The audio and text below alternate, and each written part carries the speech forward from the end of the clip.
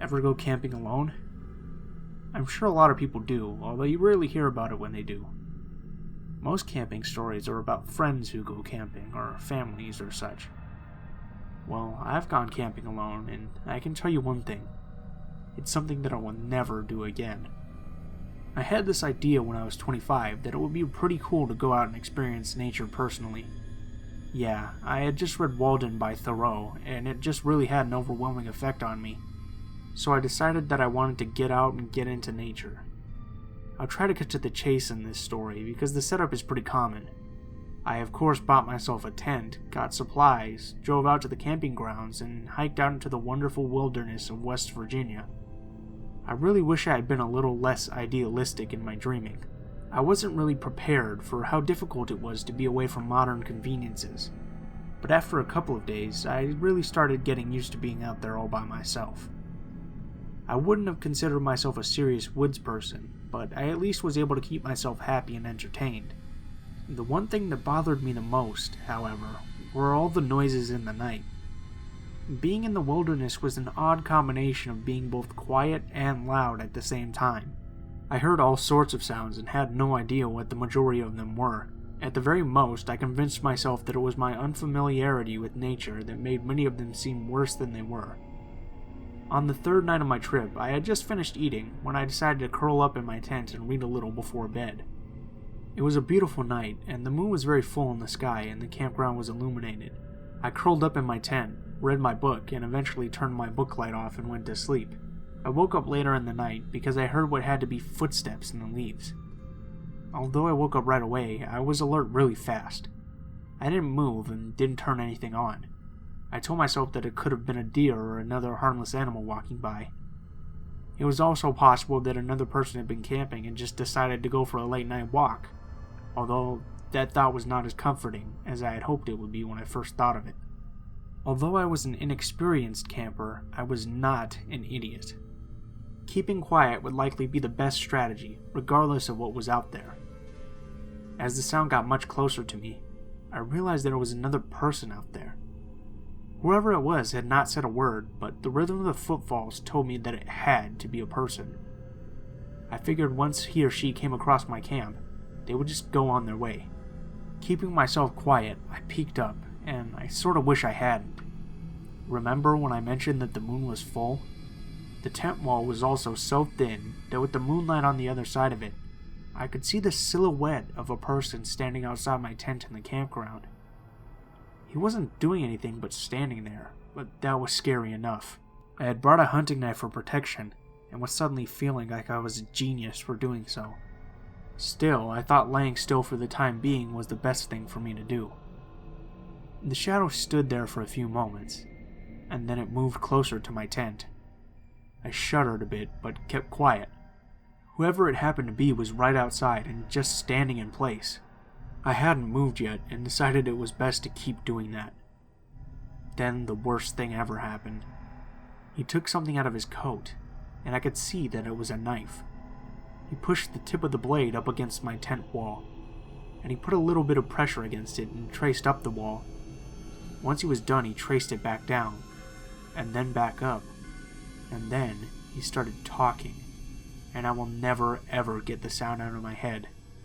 He whispered as if he were calling a kitten to him. "Here, kitty, kitty, kitty." It was so weird that I shuddered. I was still not ready to move, though. It might have been a stupid teenager just messing with me. It's not like he had done anything too threatening yet.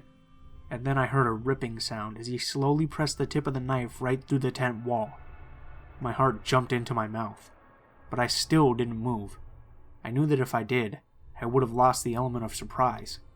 If the man thought I was still asleep, I could surprise him when he attacked me, and I was sure at this point that he would attack. I gripped the handle of the hunting knife really tight. The ripping sound of the knife as he slowly sliced up the side of the wall was the most terrifying sound of my life. It was also the longest moment ever. My heart was still beating so hard in my chest and mouth. He just kept whispering, "Here, kitty, kitty, kitty." The mere fact that he was even talking like that was more frightening than I can convey. I watched, and the moment the knife reached the top, I tightened my grip on the hunting knife. I didn't wait for him to do anything, as I was sure that having the knife up high was the best chance I had. So I took the knife and stabbed at the figure several times where his foot may have been. I must have hit him at some point, because he yelped and pulled away from the tent. Although I had wounded him, I was more scared than ever. I jumped up and got ready to defend myself, but it wasn't as necessary as I believed. The man quickly moved off back into the woods. I got out of the tent without taking anything with me. I figured I would come back to my car and come back for my things later. I had my wallet and my keys, and I began hauling my butt towards the car in the dark. Being alone in the dark was scarier than being in the tent. I had no idea where the man had gone off to. He may have been anywhere around.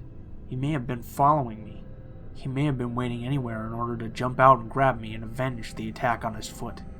Every step was scarier than the one before it. But I made it out of the camping ground into my car. I got into the driver's seat before I realized I hadn't checked the back seat, and this was the best opportunity for a stupid legend to come true. But it didn't.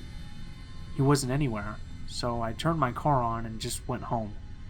I didn't go back for my things for a couple of days, and I had some of my pals go with me this time. My tent was shredded, and most of my stuff was broken. Obviously the man had come back for revenge, and when I wasn't there, he took it out on my belongings. Well, better them than me.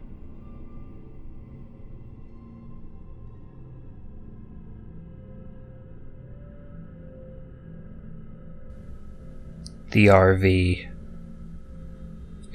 I've never been one much for camping.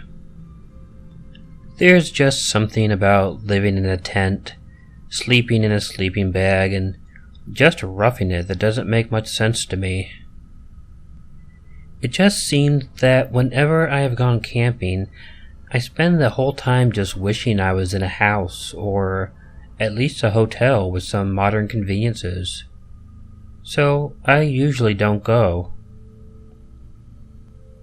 My best friend Tommy, however, always loves to go camping. He always wants me to go camping too. But he can never convince me to do it for the reasons that I have already stated. About 5 years ago, Tommy broke down and bought an RV. He preferred to just camp in tents himself, but he thought if I had some modern conveniences that I would be more likely to go. I can't tell you that I wanted to, but hell, the guy bought an RV just so I would go camping with him, so how could I turn him down? Tommy and I took a weekend off and we drove out into the woods. I wasn't really dreading the experience as much as I usually would be. The RV was really nice and comfortable, and I knew I would have a lot of fun having some quality time with my best friend. This would be with the added convenience of not having to sleep in a tent. Tommy found us a good place out in the woods. I was a bit weirded out though. It didn't seem like we were in an official RV parking area. I had always been under the impression that those places had electricity hookups for the RVs, in addition to the fact that they usually had other RVs too. Upon bringing this up to Tommy, he told me that it was some land that belonged to his uncle, and he had permission to camp there whenever he wanted to. Personally, I loved being in the RV. Tommy, on the other hand, was not going to sleep inside the RV. He pitched a tent outside and told me he intended to sleep out there. The first night, Tommy and I shared a lot of beers and we just talked for hours and hours into the night. It was likely past 2 a.m. when we went to bed.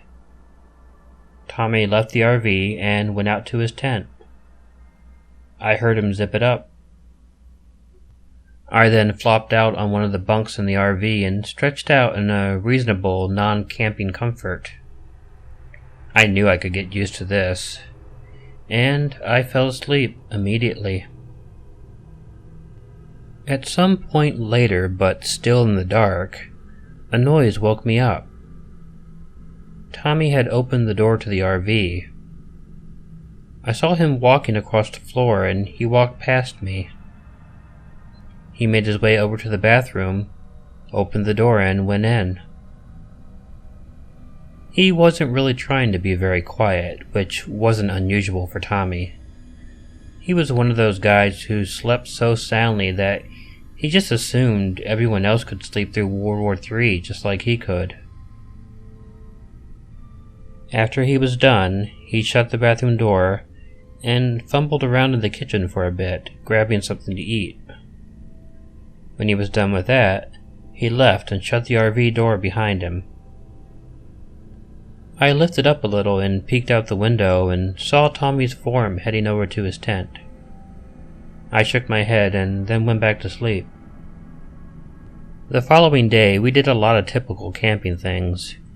We went hiking, we went fishing, and when nightfall came, the two of us sat around the fire and we did the typical ghost story urban legend telling.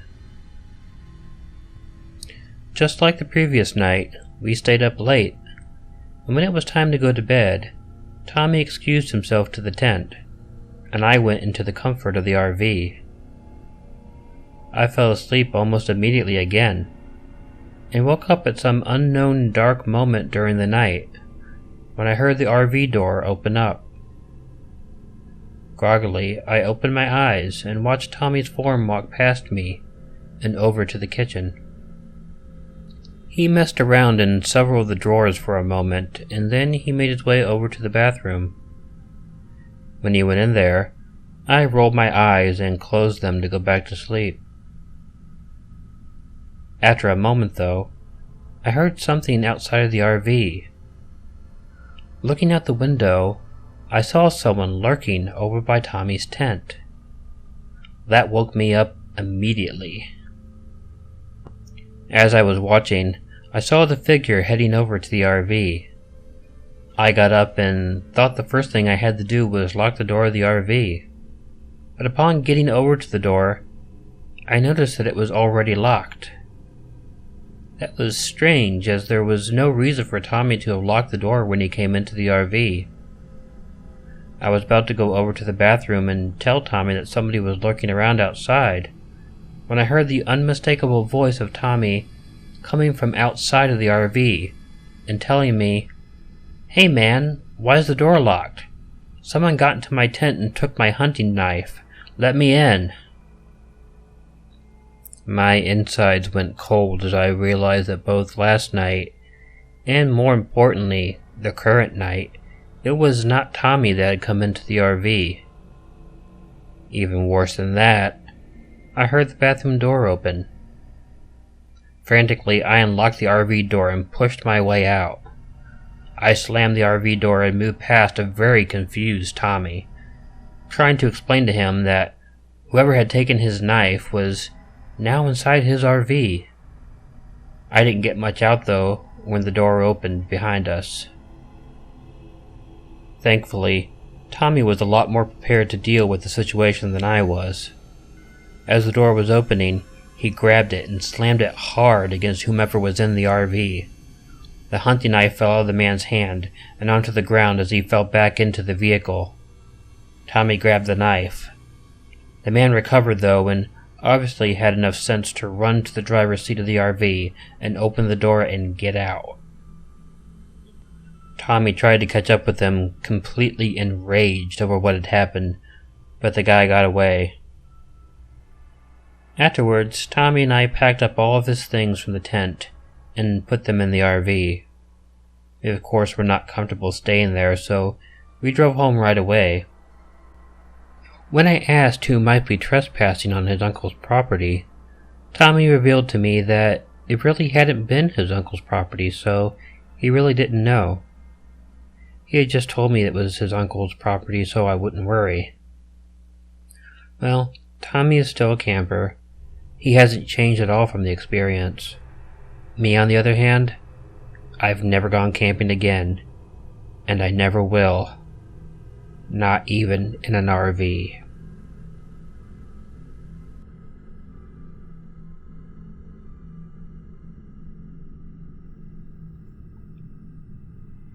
This event happened to me and a group of friends in the summer of 2013 in Virginia. It's been a story I've told a lot of friends and classmates, but I've always left out a very personal detail. This is the first time I'm going to be sharing that detail. In high school, everyone was always looking for places to drink. That was the question every weekend practically. Where are we going to go drink tonight? Once we found a spot where we could drink freely with limited chance of being arrested, we went there just about every weekend until we got bored. Now, that sounds terrible, I know, but come on. We lived in an extremely boring, white, middle-class, gated, community-ridden town. Drinking was a fun way to almost rebel against our parents and get away from the continuity of life there. So my family and I moved here to Virginia from the Midwest, and we did a lot of outdoorsy things when we lived in the Midwest. And once the move to Virginia happened, my dad ended up getting really sick, which prevented him from being outside for long periods of time. Camping was always something my family and I used to do when I was little, and now being a senior in high school, I remember how much beer my parents could drink without being disturbed. It was perfect. Get a bunch of buddies together, buy a few cases of beer, go out into the woods and camp for a weekend, and just get plastered on my birthday. So we did our research and found a nice looking place about 40 minutes away, so we packed the cars full with food, gear, and of course, beer. When we got to the campsite, the place was packed with campers and tents. We could hardly find a spot. The only space that was open was on site number 2, which was right by the registration office. Fuck, they would definitely be able to see us drinking. But we noticed that everyone in the office left at like 5 p.m. and didn't come back until like 11 p.m. the next day. So we unpacked our stuff and camped for a weekend, and it was great. The weather was absolutely perfect. We never ran out of beer. We got to go swimming in the lake, we got sun, and we got away with it. So then, of course, we go back to our cookie-cutter neighborhood and tell all of our friends how great it was. And the only question we had left was, when are we going to go next? So later that very same summer, we planned out another camping trip. This is where it got very strange. So we got like half of the original group to come again, as well as 2 very attractive girls who signed on to go with us. We were, of course, going to go back to the same place we went last time when we had such a fun time. So, we did the 40-minute drive back to the campground, and I noticed it felt different on the drive-in. I attributed it to the cloudy covered sky, but something felt very different. We arrived at the campground together, and the first thing I noticed was that there was nobody there. No tents or campers anywhere, except for one. There was also nobody in the registration office, which I thought was strange for 3 p.m. on a Friday at the end of July. I just remember thinking, I should be weirded out by the fact that there's nobody here right now, but nobody else seems to be noticing, so it might just be me. But something's definitely not right. It was like everybody else knew something that we didn't. The one other camper there didn't have anybody in it. We were there for 3 days straight and we didn't see a single person come in or out of the camper that whole time. Nor did we see anything on their surroundings moved around. The whole weekend ended up being very weird. The weather was rainy and humid, so we spent a lot of time in the tent just roasting and drinking beer. We were sitting in the tent when one of the girls says, "Is there someone walking on our site right now?" So I poked my head out of the tent, and there was a state ranger parked at our site looking at me, not 3 feet away from the tent opening. I immediately freaked out because we had been drinking in the tent, so I said, "Hi sir, how can I help you?" And all he said back was, "Don't forget to pay your camping fees." Then he stood there for like a minute just staring at me. He gave a small chuckle before backing up to his truck and getting in and driving away in the direction of the empty camper. I went back and told the story with relief because we got away with drinking, but something didn't feel right about that. But that's not the detail that comes into play that night.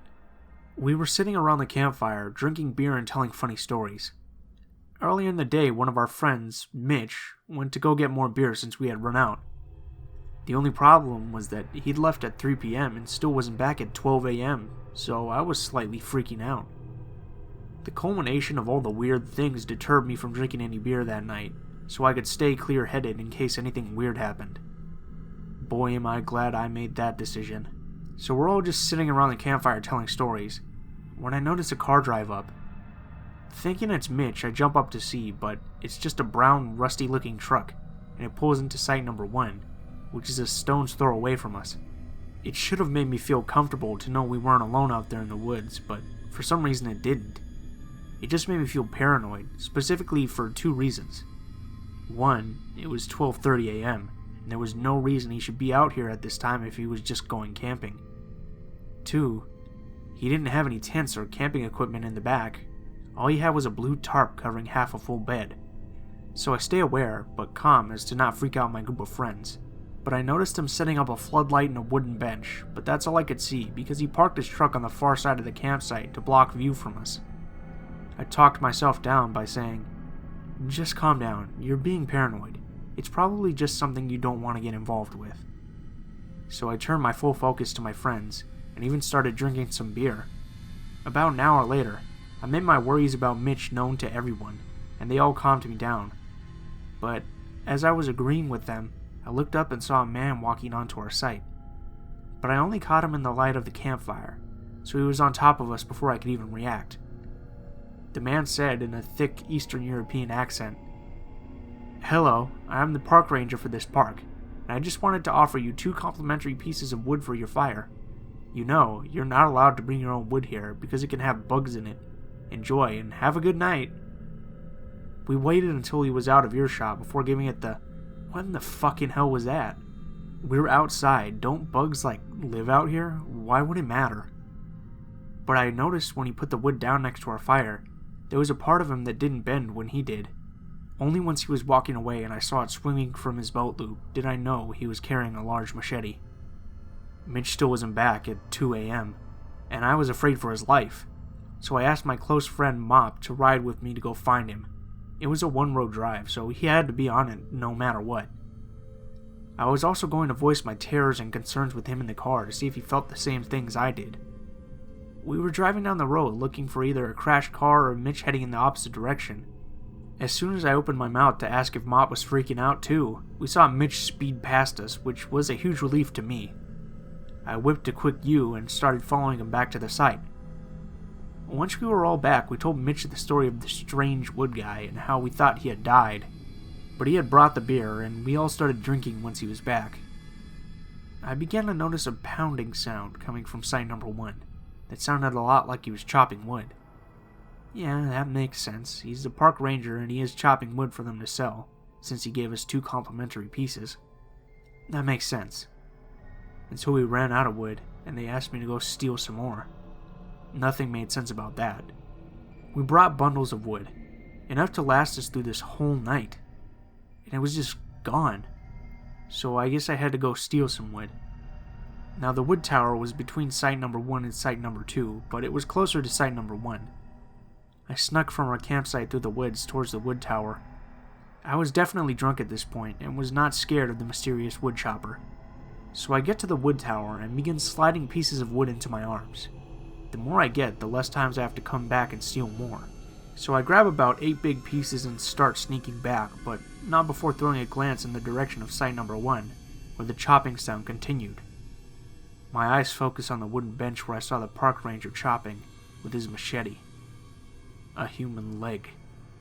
I saw him plummet his large knife into the thigh and cut it about halfway, before he raised it again and slammed it back into the same spot, severing it from the rest of the leg. I closed my eyes and froze. I immediately started tearing up and felt like I was going to puke. It felt like I was standing there for hours, there in the dark with my arms shaking from holding the heavy wood and my eyes watering from the trauma that unfolded in front of me. I pulled my legs out of the frozen state and slunked back to our site. I dropped the wood down and just sat down. I didn't know what to do. I could have said something and we could have gone home and gotten in trouble, but at least I would have known everyone would be okay. Or I could just keep quiet and not freak everyone out. When I got back, the jokes about the wood guy were spewing out and everybody was laughing, but it was as if someone had turned my hearing aid down and I was just listening to cotton. I told myself it wasn't a leg. It was just a log. It had to have been a log. This doesn't happen to people like you. It's just a log. So after some time, we burned up the 8 logs I brought back, and I just went into the tent and laid in bed. Everyone followed. It's a log, remember? It was just a log. I woke up the next day to a beautiful hot summer day. I looked over and all my friends were alive and well, sleeping and waking up next to me. This was one of the best feelings I've had, knowing that the night of worrying was for nothing. But I couldn't help but remember an extremely realistic dream of the wood guy peering into our tent from the screen window on the side. I made eye contact with him and shook my head no as he slowly walked away. But just a dream, I guess.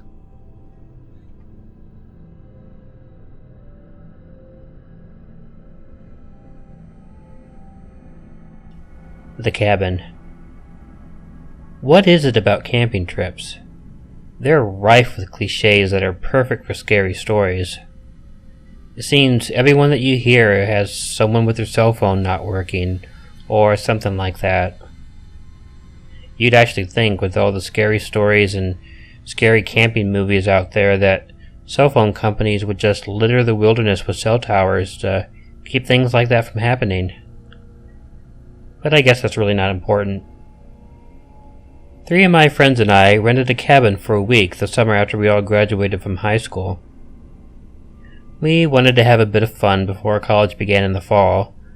Not that we had any doubt that college would be fun, but all 4 of us were going to different schools, so it was really our last chance to hang out together and basically just get drunk before we all went to college to basically get drunk. So we drove out to the cabin, which was nestled nicely away in the woods. After getting reasonably settled in, we built a fire and broke out the beer. It was fun, and we were all getting rather plastered and enjoying ourselves. A couple hours after we started, one of my friends stood up and then asked the rest of us, "Can you hear that?" The 3 of us looked at him quizzically. "Hear what?" I asked. "Well, be quiet and listen," he insisted. So we listened, and we heard the strangest noise. It was a loud cracking noise. I can't describe it any other way than saying it sounded like a bullwhip cracking. And it was cracking rhythmically, over and over. It cracked, then paused for a count of 3, and then cracked again. And it did this over and over. "What the hell is that?" I asked, but none of us had any idea. We didn't really know much about the area, but we knew we were pretty far out. Still, we figured this must be a rather safe area since we were renting a cabin there.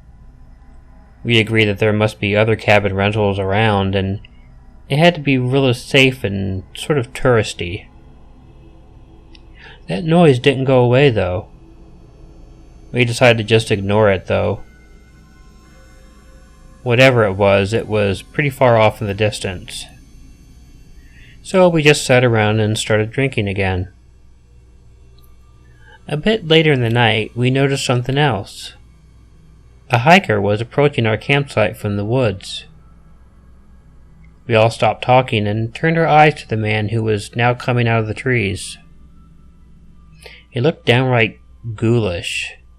He was a gaunt man dressed up in dirty jeans and a flannel shirt.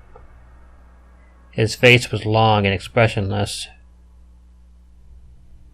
He walked up to the edge of our circle, surveying each of us, but didn't really say anything at first. "Hey there, man, can we help you out with something?" I asked him. Rather than respond right away, the man just looked at us for a few moments. It was a long, very uncomfortable moment of silence before he finally spoke. "You boys rented the cabin?" he asked. "How long you gonna be around?" None of us answered at first. We didn't figure it was any of his business. But finally, one of us told him that we had rented it for a week. We offered him a beer, but he declined.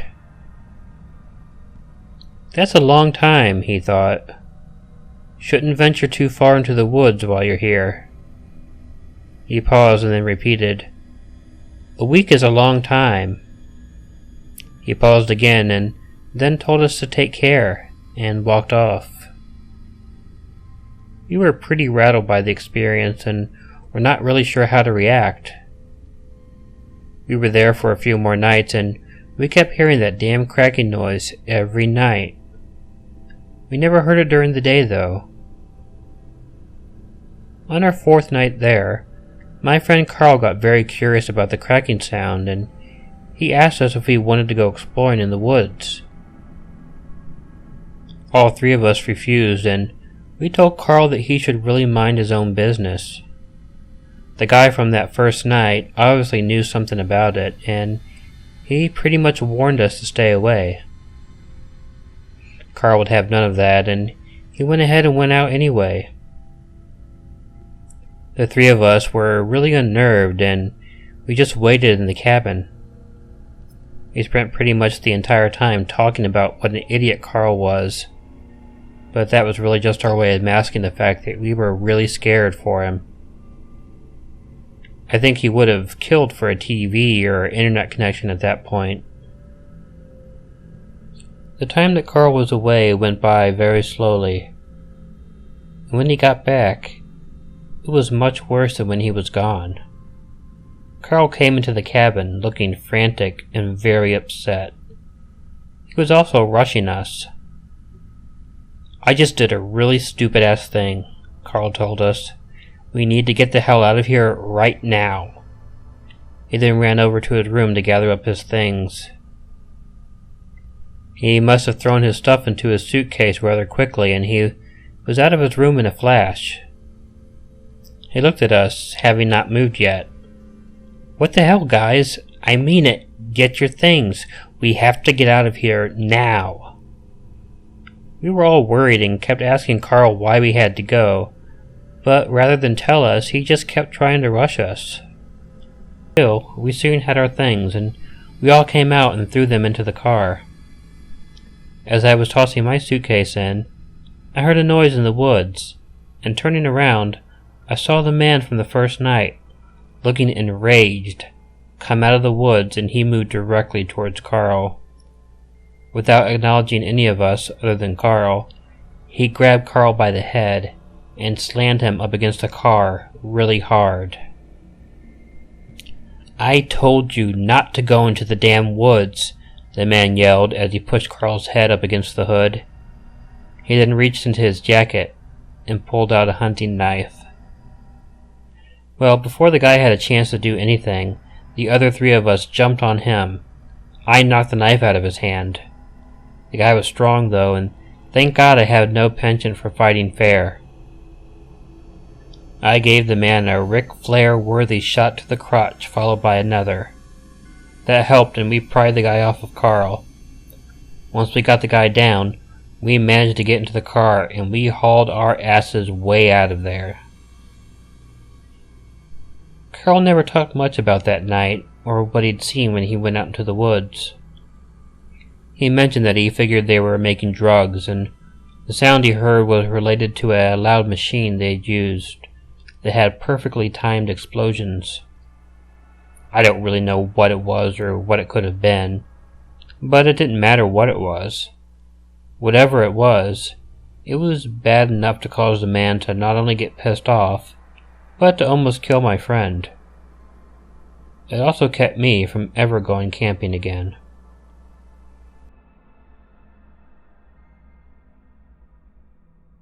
Hey everyone, I hope you enjoyed this collection of camping stories. First, I want to thank Blue Spooky for not only having this idea, but for taking part in it and doing such a good job. It was really great working with you, and I hope that we'll be able to do it again. If you haven't already, I really encourage you to visit Blue Spooky's channel and subscribe. He is a really good narrator, and he comes out with really regular content. I hope to support his growing channel. If you like the video and you're not yet subscribed to Killer Orange Cat, feel free to click the button next to that big orange creature featured in the photo. You can also like Killer Orange Cat on Facebook or follow my very meager Twitter account, which I guess I barely follow myself. Coming up, I hope to have a new 3 scary stories up later during the weekend. If you have a story and you'd like to submit it to my email, that email address is included below in the description. In closing, make sure to check your closet, and make sure to check under your bed, because you never know where the killer orange cat might be hiding. Good night.